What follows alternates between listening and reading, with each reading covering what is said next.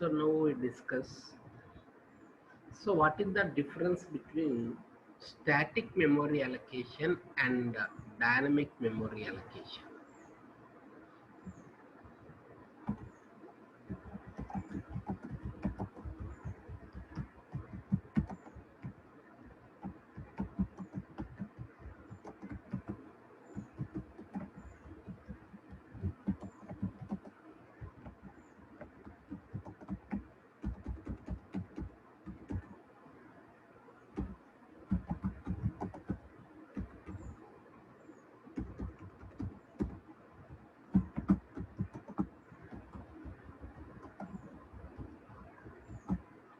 So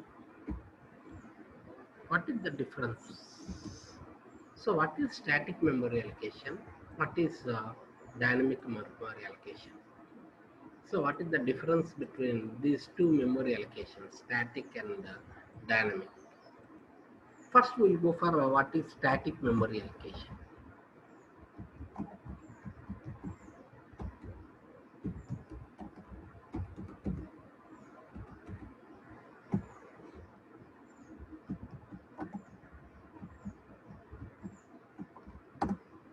So, what is static memory allocation? The storage will be allocated at the time of compilation is called as static memory allocation for an application program. The storage will be allocated for the variables will be allocated at the time of compilation is called as static memory allocation. Arrays is an example for static memory allocation. In the arrays, so we already know that what is an array. An array is a collection of similar data types. We know that. So in the case of arrays, the storage will be allocated continuously. So the storage will be allocated for the arrays at the time of compilation. This we call as static memory allocation. What is static? The storage will be allocated for the variables. The storage will be allocated for the variables at the time of compilation is called as static memory allocation. The storage will be allocated for the variables at the time of compilation is called as static memory allocation. Arrays is an example for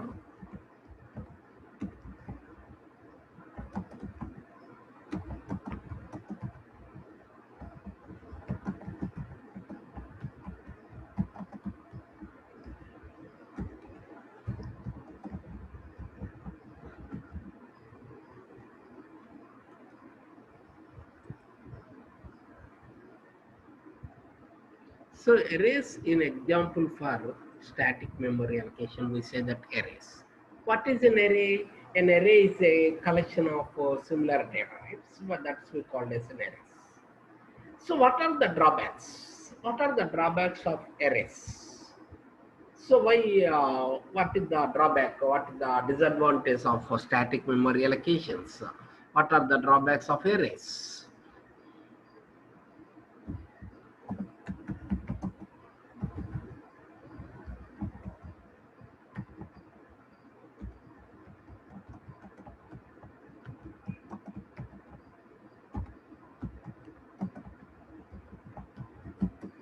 The disadvantage of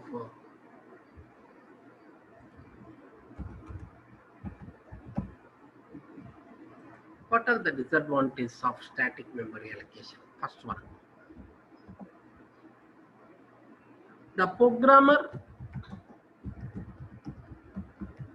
must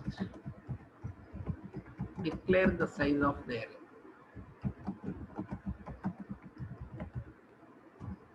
So the one problem of static memory allocation is the programmer must declare the size of the array.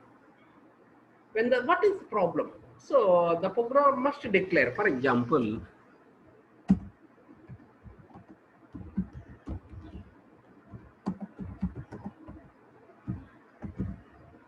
So this is an example. The programmer must declare the size of the array. So then what is the problem when you declare the size of the array? When the size is too big,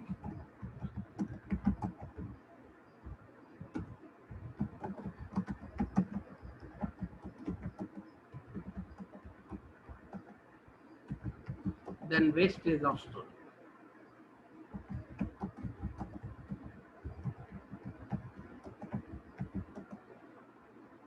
When the size of the array is too big, then wastage of storage. When the size is very less,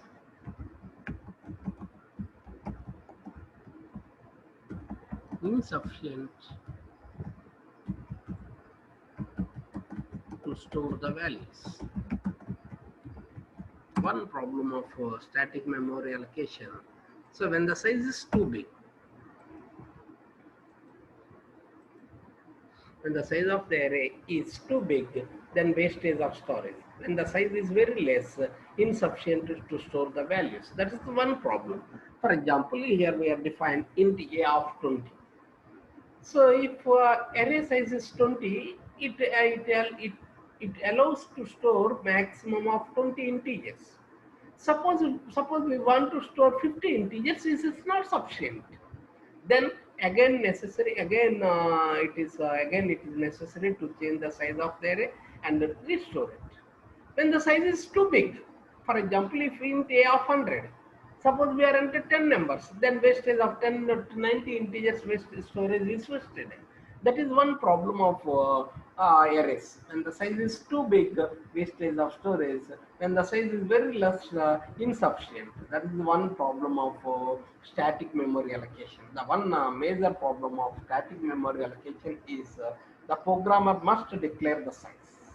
When the size of the array is too big, then wastage of storage. When the size of the array is very less, insufficient. That is one problem. So if, for example, if we define int a of 10, it allows the user to store maximum of 10 integers. Suppose we have more than 10 integers, it's not possible to store.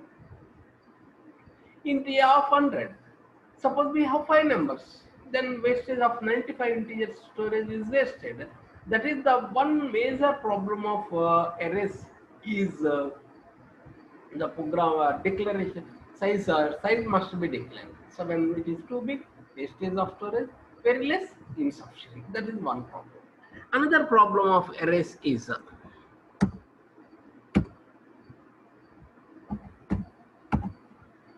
another problem of what is another problem of arrays. It is very difficult to insert a value at any position.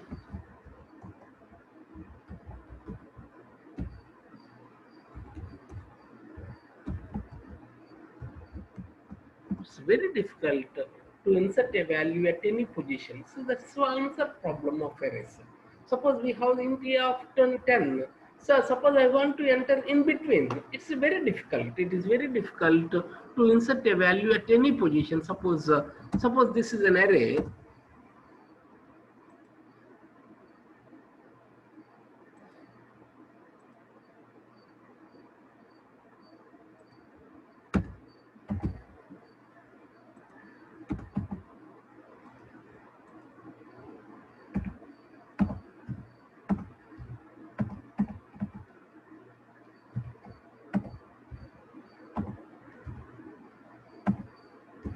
So suppose I want to insert a value between 5 and 1, it is very difficult because it is necessary to move all the elements to the next positions.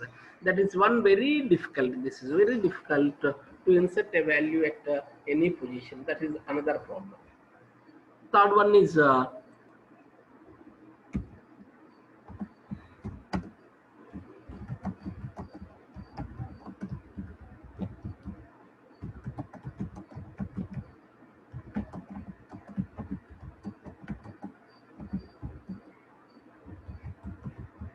another problem is it is very difficult to delete a value at any position. Suppose you want to delete a value at any position, it is also very difficult. These are the major drawbacks of arrays.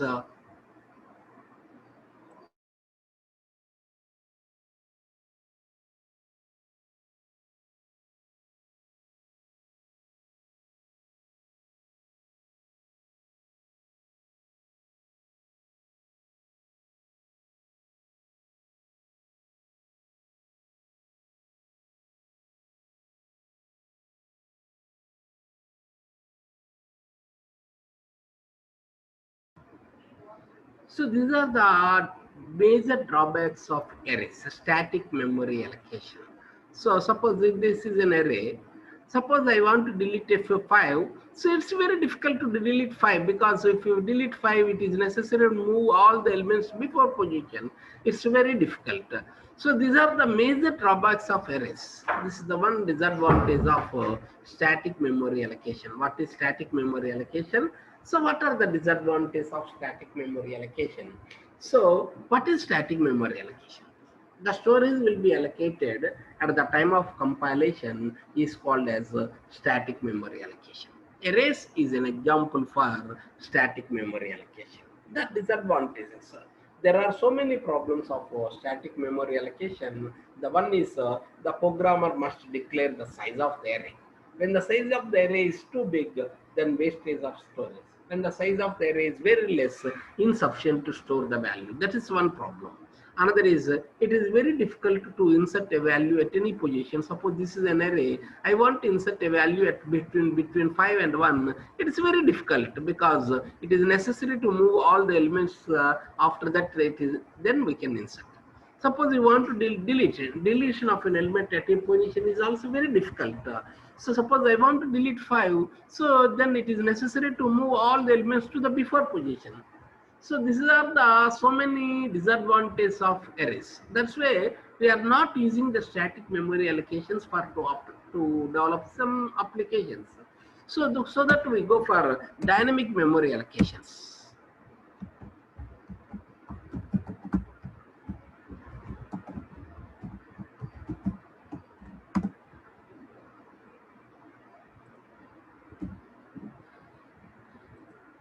Dynamic memory allocations. What is dynamic memory allocation? What are the advantages of dynamic memory allocation? In dynamic memory allocation,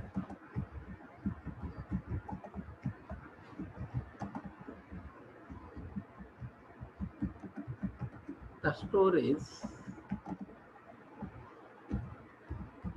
will be allocated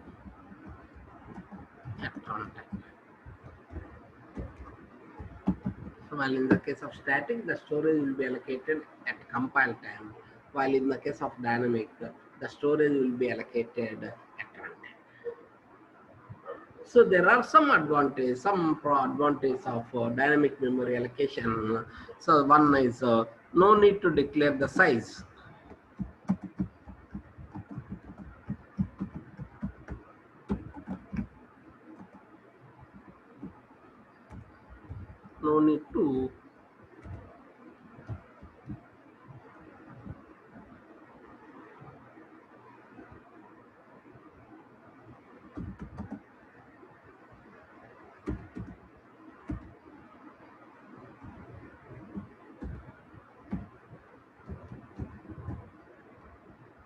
No need to declare the size.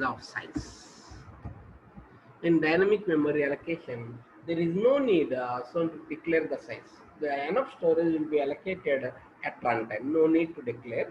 Just we can declare the variables and we can allocate the storage dynamically by using dynamic memory allocation functions. By using those dynamic memory allocation functions, we are allocating the storage dynamically. So no need to declare the size. So we do not no need to declare the size. That's one advantage of dynamic.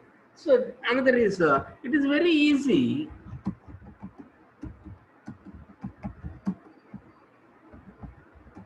to insert a value at any position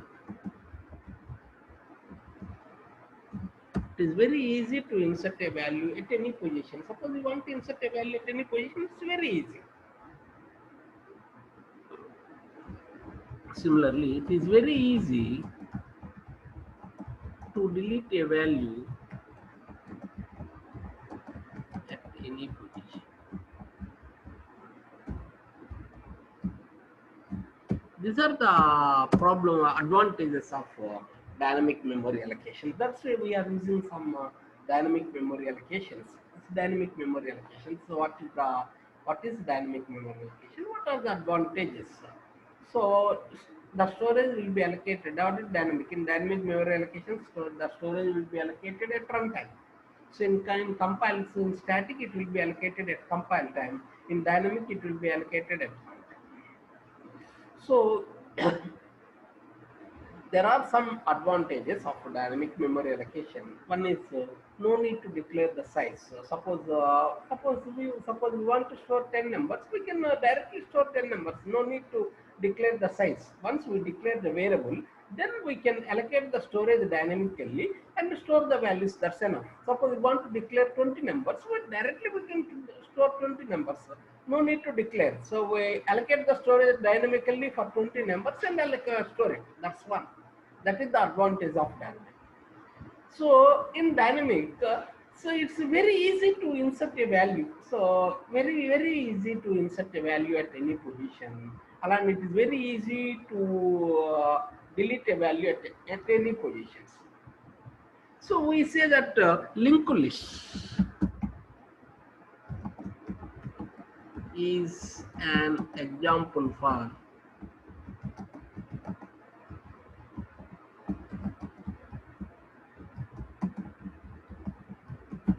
linked list is an example for dynamic memory allocation. So that is the static array is an example for static memory allocation. Linked list is an example for dynamic memory allocation. So we use linked list for dynamic memory allocations.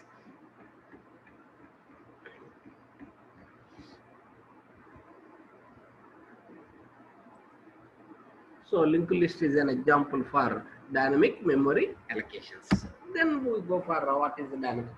An operator new. So we are in C++, we know that in C language we are using some functions malloc, calloc, realloc, free. These functions are used in C++, C language. In C++ we use the new and delete operators for dynamic memory allocation. In C language,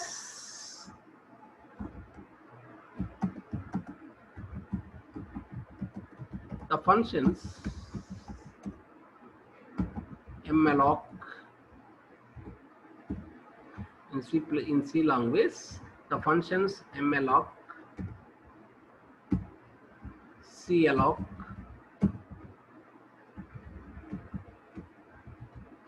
realloc, free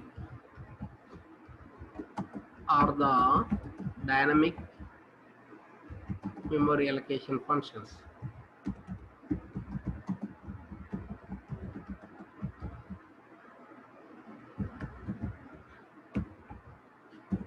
So malloc, calloc, realloc, free.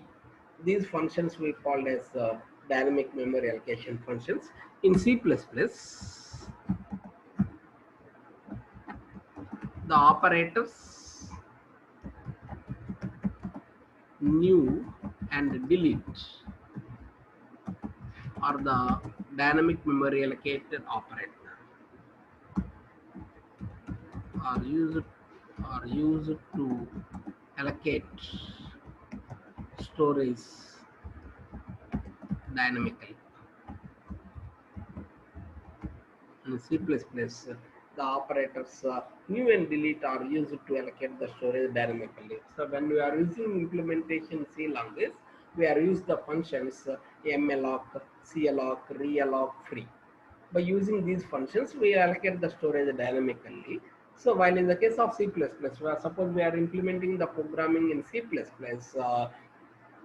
we use the operators new and delete to allocate the storage dynamically. So this is about difference of static and dynamic memory allocations. Then we go for what is data structure, what are the types of data structures. Then we go for before discussing linked lists, it is necessary to go for some fundamental concepts. So first we'll what is data structures. What is data structure? What are the types of data structures? What is data structure? What are the types of data structures? What is data structures? That the data, the way of organizing the data, the way of arrangement of the data is called as data structure. In some other words, we say that the efficient way of arrangement of the data is called as data structure. The efficient way of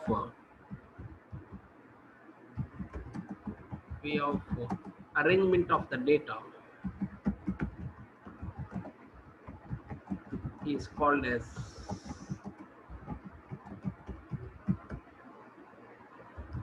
the efficient way of arrangement of data is called as data structures. The efficient way of arrangement of the data. The arrangement of the data is called as data structures. That the data structures are classified into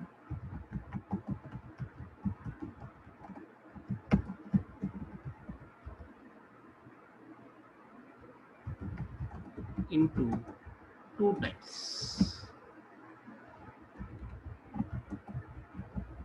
The data structures are classified into two types. Actually, there are two types of data structures. They are first one linear data structures. Second one is non-linear data structures.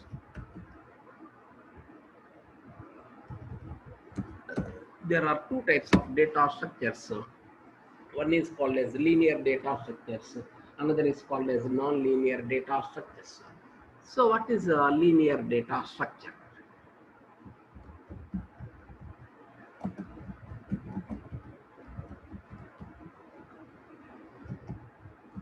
What is a linear data structure?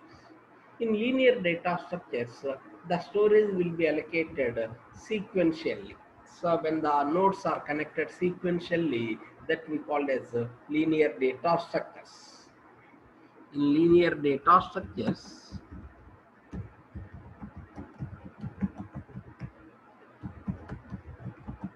the nodes are organized, arranged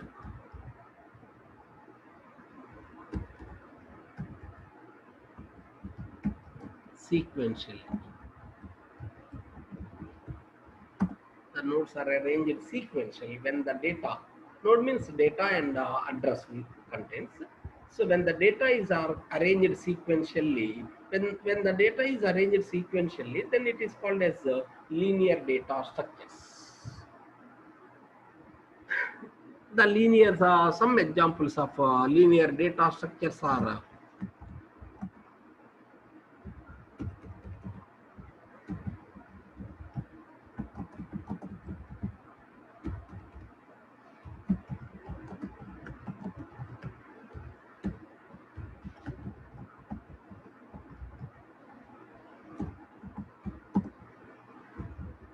linked lists, stacks, queues.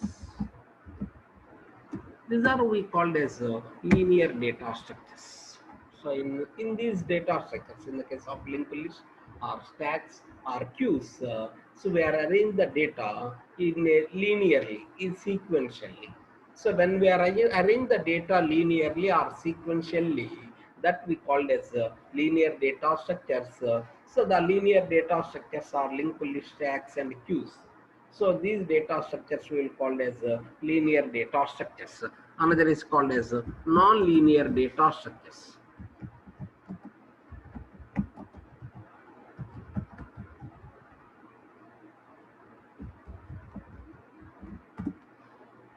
So another type is Non-linear data structures. In non-linear data structures, the storage will not be allocated linearly. In this data structure, the storage, the nodes will not be arranged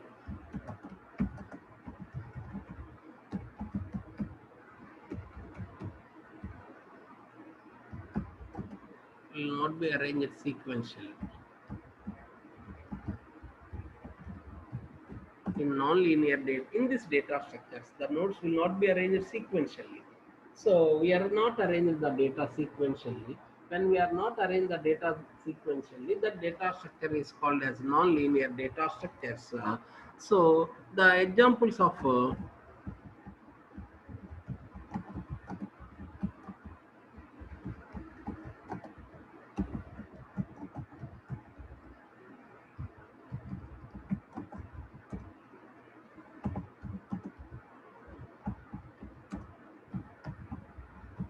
trees and graphs are an example for non-linear data structures. There are two non-linear data structures. One is called as trees, another is called as graphs. These are the non-linear data structures, for example. So go for what is what. What is data structure? What are the types of data structures? What is data structure? The efficient way of arrangement of the data is called as data structures. That means the way we are arranging the data, that we call as data structures. Accordingly, there are different ways we can arrange the data. So that is a concept. So we need some efficient way for us to arrange the data according to the problem. That efficient way of our arrangement of the data we called as a data structures. There are two types of data structures, linear data structures and non-linear data structures. What is linear data structure? So in linear data structures, the data is in linear data structure, the data is organized or the nodes are arranged sequentially. When we are arranging the data in a sequential manner, so node means data is magic. Node will contain data, that's enough. When the data is arranged sequentially or linearly, then the data that data structure is called as a sequential data structures. The sequential data. So when you go for an example of sequential data structures, so linked list, stacks, and queues. Linked list, stacks, and queues are the examples for linear data structures. So what is a non-linear data structures? When the data is not arranged sequentially, when the data is arranged randomly, we can say that. When the data is arranged randomly or not sequentially, that data structure we called as a non-linear data structures. So an example of non-linear data structures, we go for an example of non-linear data structures is trees and graphs. So trees and graphs are an example for non-linear data structures. In these data structures, the data, so the data will be not arranged sequentially. The data is arranged in any manner. That's we go for first topic. This is a linked list. This covers in second unit. Now we are discussing the second unit. What is a linked list? So up to first unit is completed. So among all the topics, one topic is pending, Fibonacci set. Among except Fibonacci set, remaining all topics are completed. So now we are discussing the second unit. Second unit concept is linked list actually. So before discussing linked list, it's necessary to know each and every terminology. Otherwise, we cannot understand the concept. That's why I explained all these some basics of this subject. So now we'll go for linked list. This is the second unit topic. So which is very confusing and very difficult way. It's very confusing and very important. Confusing and difficult. The program is also very difficult, very confusing, very important. So data structure, if you go for data structures, data structure is one very difficult one. Data structure is one very difficult. So difficult process is one very difficult process. We go for that difficult to go how to go for a difficult process. So one we go for it's one very confusing. Students must attend the class regularly. Then only you can understand the concept. If you are not attending the class regularly, you are not understanding the concept because second and third units are completely interrelated topics. Second and third is completely interrelated. If you are not attend, if you are not attend one class, even one class, so you cannot understand the remaining topics because all are interconnected. Suppose if you are in linked list, so all stacks, queues, everything is by using linked list, so I can develop. So if you are not understand the linked list concept, you cannot understand, you cannot do the stacks program because so in stacks also we are using linked list.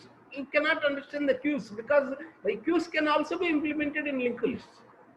In linked list there are so many functions are there, so if you are not understand, if you are not come to the class regularly, so you cannot understand. So suppose you are not coming tomorrow, you are not coming, so you cannot understand the concept because all are interrelated. So there, that is the main important for each and every student. Each student must attend the class regularly. Without understanding the class, you cannot understand. So somebody asked notes. Actually, this note is for first unit. There is actually no notes. Actually, all our algorithms and problems are there. So there is a little bit in data structures. No need to actually. There is a lot of theories not available. Only 2 lines, 3 lines, or 4 lines theory is available. So remaining is on completely problem. After problem, we have to write program to algorithm. This is the process in linked in first unit. So we have some fundamental topics. After fundamental topics, you go and watch the fundamental for first and second. First topic, you want to watch YouTube. Daily I send the YouTube videos also. So you have to prepare notes from those YouTube videos. Suppose if you have a linear set, there is a small theory, 2 or 3 lines of theory is available. Then there is a problem, a program. You have to write a program. So that means from algorithm means function itself, it is an algorithm. Instead of writing return type, you have to write algorithm, then function name begin enough. Suppose you want to bubble sort, right? You can program bubble problem. So for each question, for sorting techniques, you have to understand the problem, then algorithm, then program. That is the way. There are 6 sorting algorithms are there: bubble sort, insertion sort, selection sort, quick sort, merge sort. So these are the sorting techniques are there. So for each sorting, radix sort. For all the sorting techniques, you have to first of all you have to do the problem. That is the one.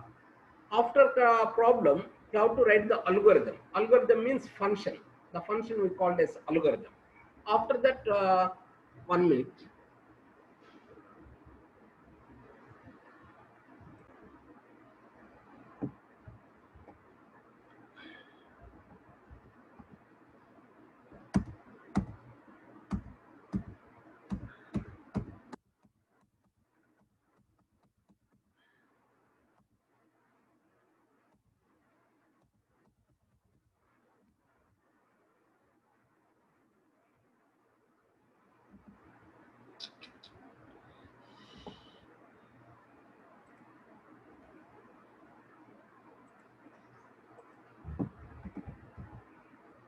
The data structures. Suppose this is one syllabus. Is it visible? No problem, I think. For example, if you go for the first unit. So what is the definition? What is data structures? I already given data structures. Classification of data structures. I given linear data structures and non-linear data structures. Operations on data structures. We can operate insertion, deletion, updation, so that we can give the complete. Abstract data type. Nenu cheppanu nenu. What is abstract data type? Preliminaries of algorithms. Nenu cheppanu. Algorithm characteristics. Space complexity, time complexity, అది మాత్రమే theory ఉంటుంది. ఆ theory యూట్యూబ్లో upload చేశాను, చూసి రాసుకోండి. ఇంకా remaining పార్ట్కి వచ్చాం. లీనియర్ సెర్చ్ ఎలా అడుగుతారంటే write an algorithm for linear search, that's enough with an example. మీరు ఎగ్జాంపుల్ రాసుకుని రాయాలమ్మ. అలానే Fibonacci search, write an algorithm for Fibonacci search, sorry binary search. Binary search అంటే ఏంటి, దాని గురించి మీకు ఆల్రెడీ యూట్యూబ్లో పెట్టాను. సో దాని యొక్క అల్గోరిథం అంటే ప్రోగ్రామ్ నేర్చుకుంటే ప్రోగ్రాంలో మెయిన్ తీసేసి అల్గోరిథం అమ్మ, అంతకంటే లేదు. ప్రోగ్రాంలో మెయిన్ తీసేసి అల్గోరిథమే.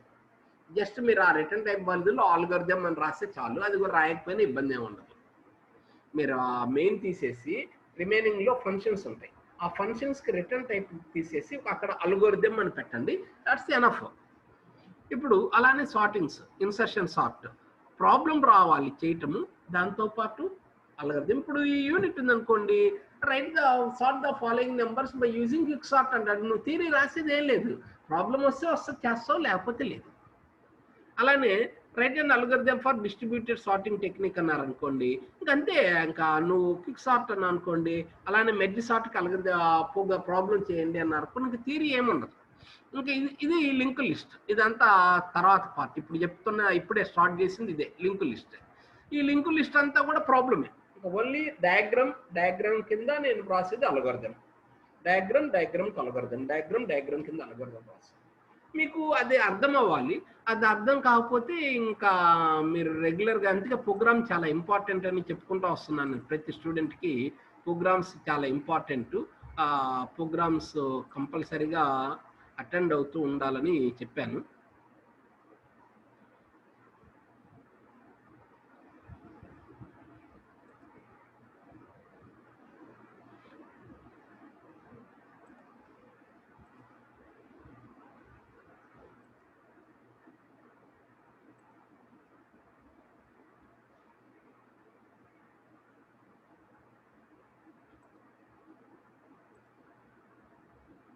Screen not visible, yes okay. నాకు పోయిందమ్మా. I think now I will share. I think ఇక్కడ చూడండి, స్క్రీన్ ఈజ్ నాట్ విజిబుల్.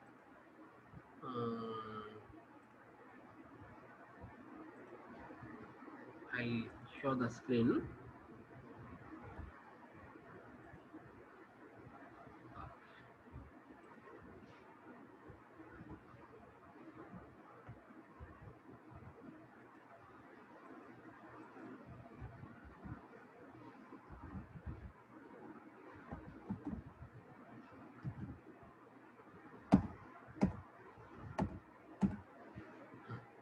ఇదమ్మా మీకు యాక్చువల్గా ఫస్ట్ యూనిట్ చూడండి. ఇది ఇప్పుడు చెప్పిన మీకు ఫస్ట్ యూనిట్. ఈ ఫస్ట్ యూనిట్లో డేటా స్ట్రక్చర్స్లో ఫస్ట్ డెఫినేషన్ అన్నాను, ఇందాకనే మీకు చెప్పాను. The efficient way of arrangement of the data is called as data structures. Then classification, so linear data structures, non-linear data structures. So I will upload this entire topic on YouTube also. You can watch them and write it, no problem. Then operations, we go for operations, stacks and queues. So there we have the operations: insertion, deletion, display. These are the operations.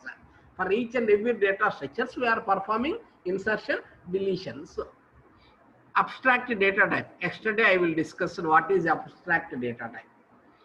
Preliminaries of algorithms, algorithm అంటే ఏంటో చెప్పాను. Time complexity and space complexity గురించి చెప్పమన్నారు, చెప్పాను. ఆ తర్వాత linear search, binary search అన్నారు. Linear search చెప్పాను, బైనరీ సెర్చ్ కూడా చెప్పాను. ఫిబొనాచి సెర్చ్ డిస్కస్ చేయలేదు, చేస్తాను.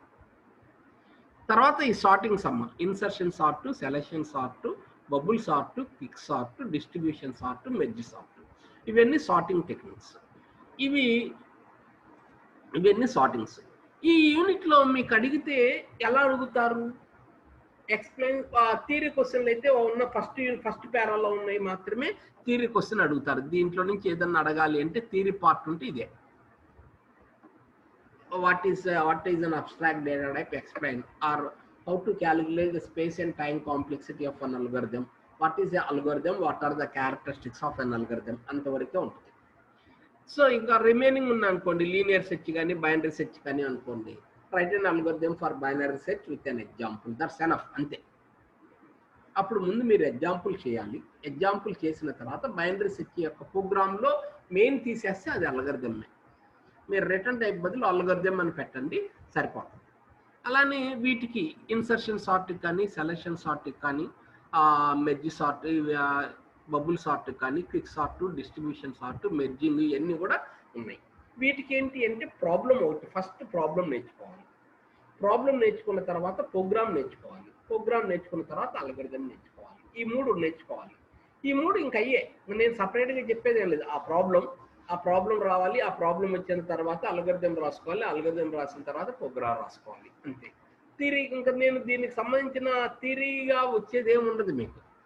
అది 1 or 2 లైన్స్ ఆఫ్ థియరీ ఉంటుంది, రిమైనింగ్ అంతా అల్గోరిథం ప్రాసెసే ఉంటుంది. ఇది మీకు చెప్పిన ఫస్ట్ యూనిట్ నేనంతా. ఇప్పుడు చెప్పబోయేది ఏంటంటే స్టార్ట్ చేయాలనుకున్నది లింక్ లిస్ట్. ఇదే ఫస్ట్. ఈ లింక్ లిస్ట్లో ఆపరేషన్స్కే మనము ఫస్ట్గా మీకు చెప్పబోతున్నాను. What is link list, how to perform operations on link list అనేది. అయితే మీరు రెగ్యులర్గా క్లాస్కి రావాలి. రెగ్యులర్గా రాకపోతే మీకైతే అర్థం కాదు కూడా, నాకు తెలిసి చాలా కాంప్లికేటెడ్. అంతా త్రూ పాయింటర్స్ ద్వారా ప్రోగ్రామ్ రాస్తాను నేను. ఇది అంతా కంప్లీట్గా పాయింటర్స్లోనే ఉపాయించి రాస్తాను ప్రోగ్రామ్. సో పాయింటర్స్ ఉపాయించి రాస్తున్నాను కాబట్టి, సో C++ కాన్సెప్ట్ అంటే క్లాసెస్ అండ్ ఆబ్జెక్ట్స్ వాడుతుంటాను, పాయింటర్స్ వాడుతుంటాను. సో క్లాసెస్ అండ్ ఆబ్జెక్ట్స్తో పాటు పాయింటర్స్ని కలిపి ప్రోగ్రామ్ రాస్తాను నేను. ఇక్కడ ఫంక్షన్ కూడా అట్లానే రాసుకుంటూ వెళ్ళిపోతుంటాను. రాసుకుంటూ ఉన్నప్పుడు మీరు చాలా ఇంపార్టెంట్గా నేర్చుకోవాలి. ఒక్కోటి నేను 4 సార్లు 5 సార్లు చెప్తుంటాను, ఎందుకంటే అది చాలా ఇంపార్టెంట్. మీరు నేర్చుకోలేదనుకోండి, సో ఇంకా అర్థం కాదు కూడా, చాలా కష్టం. లింక్ లిస్ట్ అనేది అర్థమవుతుంది డేటా స్ట్రక్చర్స్లో. లింక్ లిస్ట్ అది అర్థమైతేనే చూడండి రిమైనింగ్ కూడా.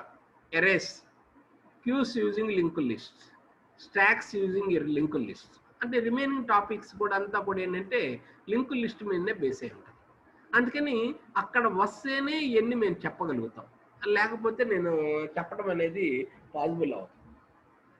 సో అందుకని మీరు కంపల్సరిగా అవన్నీ నేర్చుకోవాలి, రావాలి. రెగ్యులర్గా వస్తేనే. ఈరోజు మీరు క్లాస్ కూడా చాలా తక్కువ మందిగానే వస్తున్నారు. సో అది లేకుండా రెగ్యులర్గా మీరు రావాలి. రెగ్యులర్గా మీరు వస్తే నేను కంటిన్యూషన్ మీకు చెప్పడానికి అవకాశం అనేది ఉంటుంది. ఇదమ్మా ఈ రోజుకి. రేపు సోమవారం నుంచి సబ్జెక్ట్ స్టార్ట్ చేస్తాను. అందరు స్టూడెంట్స్ కంపల్సరిగా వచ్చేటట్టు రండి, ఓకేనా? బాయ్. సరే, ఈ రోజుకి లీవ్ అవ్వండి. సోమవారం నుంచి రెగ్యులర్గా మనం సెకండ్ యూనిట్ స్టార్ట్ చేస్తాము.